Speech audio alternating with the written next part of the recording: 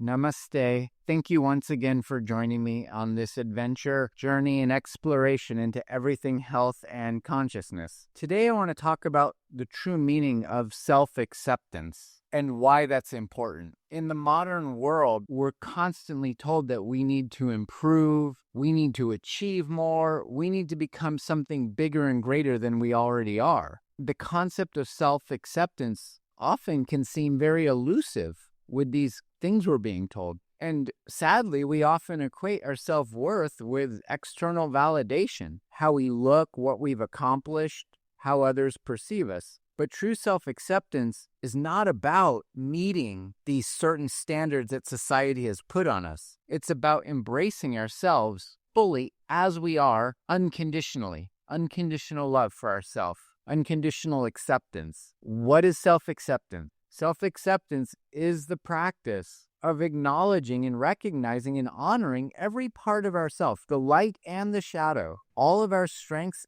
and all of our struggles, without resistance, without judgment, without projection, without shooting on ourselves. It is not about complacency either. It's not about giving up. It's about growth. Growth sometimes happens very quickly. Sometimes it's a slow, painful process. But we need to meet ourselves with compassion in every stage of that journey. At its core, self-acceptance is acknowledging our imperfections, and even our imperfections has a perfection to it. But we don't need to be flawless to be worthy of love and belonging. And who says what is perfect and what is imperfect? We need to release that kind of judgment on ourselves and others. We have this inner critic that's always talking, it's always whispering. We don't have to believe anything it says, at least not everything. Sometimes it's there to help us reflect, but a lot of the times if it's critical of who we are and what we're doing, we don't need to accept that. We don't need to believe it. We need to really allow emotions to be felt. We have a tendency, society has a tendency to repress and numb ourselves out with infinite number of ways. We can watch Netflix all day long. We can eat any food we want. We can go shopping. We can scroll on the internet. There's alcohol everywhere. There's tobacco. There's any drug under the sun, moon, and stars. We do everything we can to not feel. And even the doctors in the modern medicine is telling us not to feel. You go to the doctor and say, I don't feel well. I'm sad. I'm depressed. Oh, great. Here's a drug. Do they ask you what's going on in your life? Usually not. Do they ask you how you feel about your family? Usually not. Do they ask you how your job is? Usually not. They just say, oh, you go to the doctor and here's the drug. It's very profitable for people to not feel good, for the medical system. Sometimes those medicines are absolutely necessary and they can save lives, but most of the time I think they're overprescribed. Allowing emotions to be felt leads or invites us to have self-acceptance. It invites us to experience our emotions with a kindness and an awareness. We are not our emotions. We're not our thoughts. If we can become aware that we have thoughts and we have emotions and step back and witness them with a loving, kind, compassionate viewpoint, like we would do a loved one, a friend who's coming to us for help, we do that for ourselves, then we can really stop repressing and stop suppressing and stop depressing everything and get to a place of being. Another major thing that I was taught growing up, and I think is still being taught, is comparison. And this is horrible. There's only one of you. There's only one of me. There's only one of each one of us. Why would we compare that? That's comparing an oak tree to a pine tree, comparing a pine tree to a cherry tree peach tree to a sprout. They're totally different things. Every person is different. Every tree is different. Every tree, whether it's growing straight or crooked, the tree doesn't judge itself. The trees don't judge each other. They grow perfectly as they're designed to grow with the 5 elements. No one ever judges the tree. So we need to stop judging ourselves. We are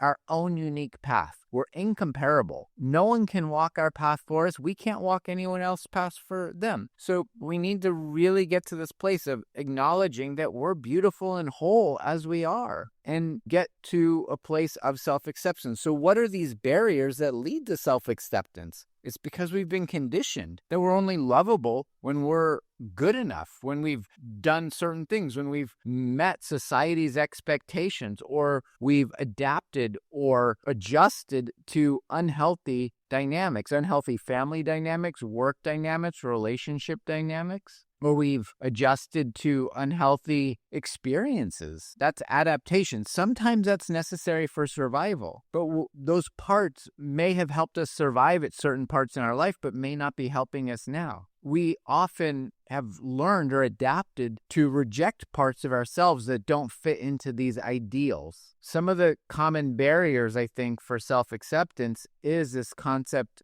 so many people have called perfectionism. The belief that you have to be perfect, that there is a perfect.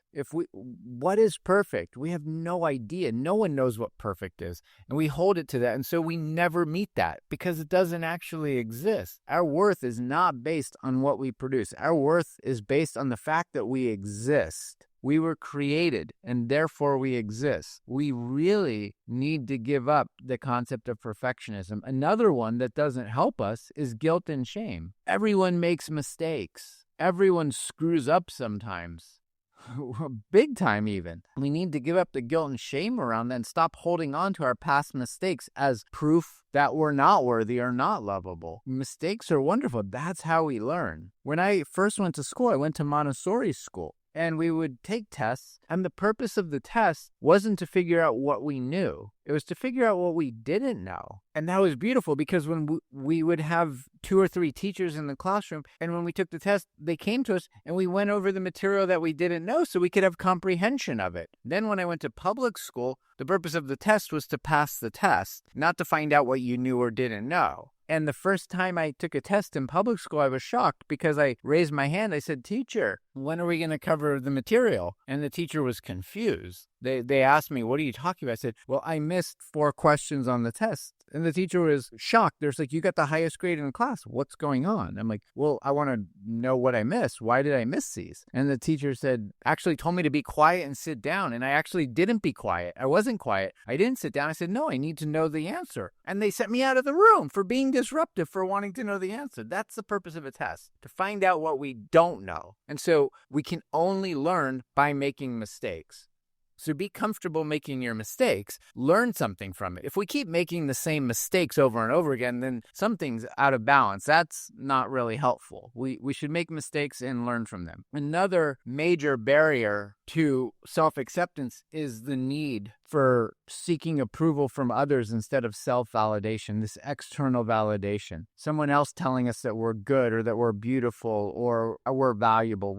That's not helpful. And then I think one of the biggest ones is, again, the negative self-talk, that internal voice that tells us that we're not enough. If someone outside of us tells us that, we can turn them off. There's techniques to ignore the external, but when it's coming from within inside, that's the harshest. That internal voice that tells us that we don't deserve love, that we don't deserve to do whatever it is that our heart is telling us to do. And these barriers are deeply ingrained. They're not unbreakable. They're actually, with proper techniques, with proper love, with proper safety, with proper guidance, they're very breakable. And it doesn't take a whole lifetime to break them, but they're deeply ingrained. So we have to realize that. And the first time we try and overcome these may not work. In fact, it probably won't work. It didn't work for me. So being patient with ourselves, that's crucial, having patience. The journey to self-acceptance is not a single moment of realization. It's a continuous practice over and over and over again. And we just keep practicing. That's it. And there's different ways to cultivate this. There's a lot of really good ways that are written in the Vedas, that are written in modern psychology. But really, number one is practice the self-compassion. Treat yourself like you would treat your dearest best friend. And when you make those mistakes, instead of berating yourself, instead of beating yourself up, instead of torturing yourself, offer understanding and kindness. Then we can get still enough that we can observe ourselves without the judgment. Instead of labeling any emotion as good, bad, right, or wrong, we just observe them. We recognize, we're aware of when we're self-criticizing, when it arises, and we can disengage from it. We can cut the root, we can cut the sprout before it blossom. We can observe without judgment. And then we need to really rewrite our inner narrative. We need to pay attention to the language we're using ourselves, to what we're telling ourselves. If our inner dialogue is filled with criticism, we can have a gentle reframe with a compassionate perspective. If we're telling ourselves that we're too tall, too short, too fat, too skinny, whatever it is, look at a tree, hug that tree, and tell yourself, I'm perfect just like this tree. I'm exactly how I'm supposed to be, just like this tree. And be okay with shadow. We're not supposed to be in the light the whole time. It's because of the darkness that we know light. So embrace the shadow. Self-acceptance really does include embracing the parts of ourselves that we often try and hide, that we don't want people to know. Whether it's our insecurities or our fears or our regrets, that's just part of the human experience. If we normalize this and we have an open dialogue about this and we don't criticize our own shadow, we don't criticize other people's shadow, be like, wow, that's a fascinating process you're going through. How did you come up with that one? Just be curious. That's amazing if we can have a curiosity to it. And then cultivating a presence. That's where the practices come in. The cultivation of presence through mindfulness, through meditation, through breath work. Breathe, everything changes. Breathing brings us into an awareness of the present moment, and it reduces the power these negative self-perceptions have over us. Meditation does that. Mantra chanting does that. Mindfulness, different yoga practices do this. There's so many ways to cultivate this presence. Then we can use things like Ayurveda or yoga or Jyotish or Tantra to align with our true nature, to come to self-acceptance, aligning with who we are inherently, rather than forcing ourselves into a mold that doesn't fit. When we live in harmony with our unique self, with total self-acceptance, a flow happens, a grace happens. And it's through the self-effort that brings this grace. But then life becomes a flow. And we're not attached to the light, the dark, the concept of good, bad, right, or wrong. This self-acceptance leads to a freedom. When we truly accept ourselves, we free ourselves from the exhausting cycle of self-improvement, whether it's driven by shame or unworthiness or a concept that we have in our head. We're free from that exhausting cycle, because it is exhausting. When you're always going to the next workshop or the next class or the next self-help book or teacher, it spends our resources. We waste our prana doing that. And our growth is no longer based on coming from a place of we need to fix ourselves. It comes from a place of loving curiosity. We're an innocent child in awe and wonder of the world. And we can stop seeking permission to be ourselves. We don't need permission to be ourselves. We just need to be ourselves. We embody our true, authentic self fully. So again, self-acceptance isn't about waiting until you deserve love or peace. It's about realizing who you are. It's about realizing you already are love and peace if you allow yourself to be right now just as you are. The Vedas also provide us a very, very comprehensive view of self-acceptance. And it's not just merely a psychological construct, but it's actually a spiritual realization. It's the recognition of our inherent divinity, what's called Atman. And it's the dissolving or the removal of the illusions, what's called Maya, the illusions, the projections, the concepts that keep us trapped in our own self-doubt and our own self-suffering. What the Vedas say self-acceptance is, what Vedic psychology, what Vedic philosophy says self-acceptance is, ultimately the practice of recognizing and honoring every part of ourself, the light and the shadow. We were just discussing that, the strengths and the struggles, again, without the resistance. And it's a recognition at its core of our own inherent divinity, not just as a body, not just as a personality, but as a divine being, as a part of universal consciousness. And in part of that, it is understanding our dharma, what our life's purpose is, what exactly we're here to do, where we need to be, what lessons are meant for us. In each life, we have specific lessons that are meant for us, and we have a specific purpose that we're supposed to carry out while we're here. And again, the Vedas say it's about transcending the duality. Rather than seeing ourselves as good or bad or right or wrong, it's embracing the wholeness, the light and the shadow, not judging it, releasing that self-judgment, releasing the criticism, releasing the comparison. And there's a concept of karma, of action, that each person has our own journey with its own uniquely woven karma that's incomparable to anyone else. The Vedic view on why we struggle with this is a little bit different than the modern psychological view, but it really does explain that as well. We struggle with self-acceptance because of a concept of avidya.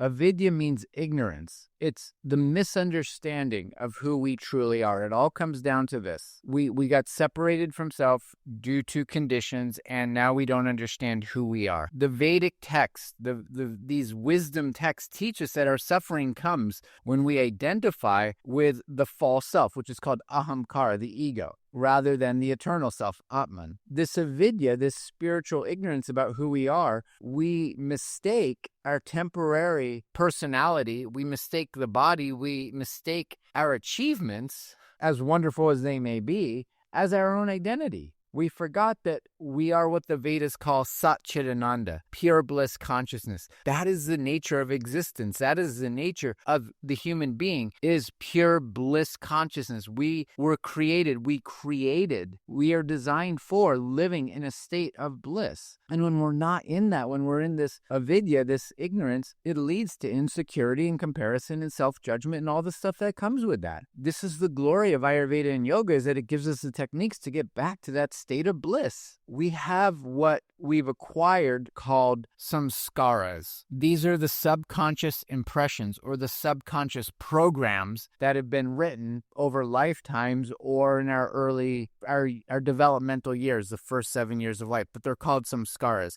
A lot of times in yoga, they're judged. You have to get rid of your samskaras. They make you bad.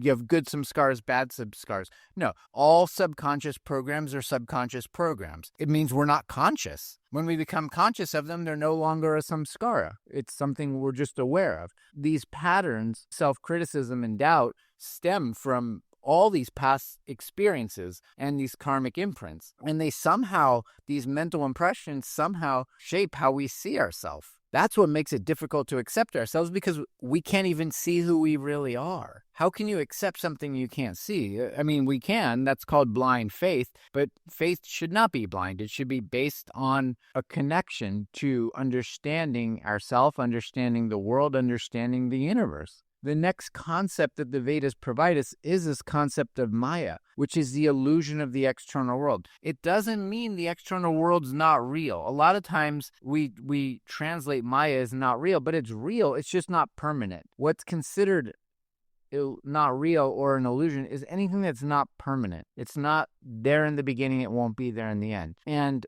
with that, we chase the illusions, we chase the discontentment, we chase the disconnectedness, and we seek society's conditioned reality or lack of reality through the external validation. Again, we want the status, we want to be known, we want the beauty, we want the success, and there's nothing wrong with success. But true success comes when we turn inward and see the inner beauty.